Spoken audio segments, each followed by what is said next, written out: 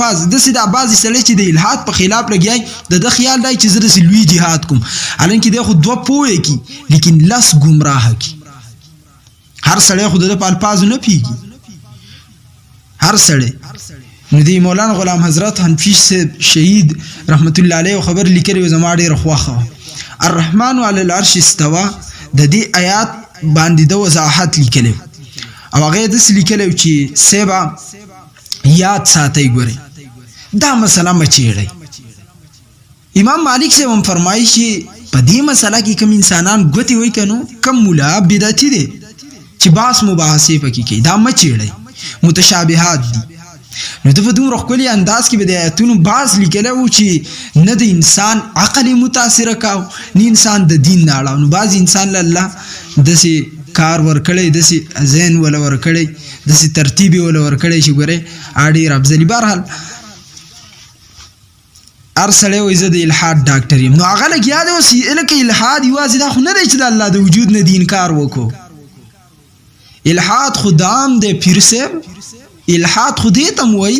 چې دا کومه لوبه تا شروع کړل دی الحاد وایي چې په دین کې کوم شی ثابت دی انکار ترې وکړي معتزله کې په بعضې باندې د الحاد فتوا ولې لګېدله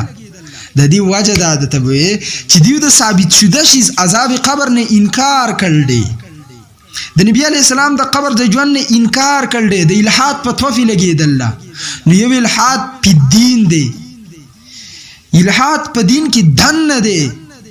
دا د غټ فساد دا دی په ټولو کې څه یو سړی د الله وجود ومني ونه مني زه تاسې ویم هندو د الله وجود مني د دنیا 4000 مذهبونو کې صرف دا یو الحاد دی چې د الله د وجود نه انکار کوي چې دومره خلک د الله جل جلاله وجود مني د رب وجود مني ته ورته څه جنتي ورته نه ولې عقیدې د اسلام نه مني نو به د اسلام کې دننه چې دا کم بګاړ شروع دی وایي زه د الحاد ډاکټر یم زه د الحاد دا یم خوله دې لږه سمه کا الفاظ دې لږ سم کا شان دې لږ سم کا په ځان کې لږ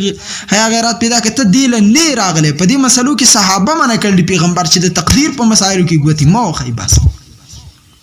ما او تاسو کې ما تاسو د خپل اواز پته نشي دا په کوم ځای کې جوړیږي څنګه راوځي که د دې څه طریقه د چاړېګانو علاج د ډاکټرانو کې نو هغه لګیا و هغه ویلی چې دا موږ ته زموږ په انګلینډ کې زموږ د یوې ملحد څخه بحث کوو د اصلي ملحد څخه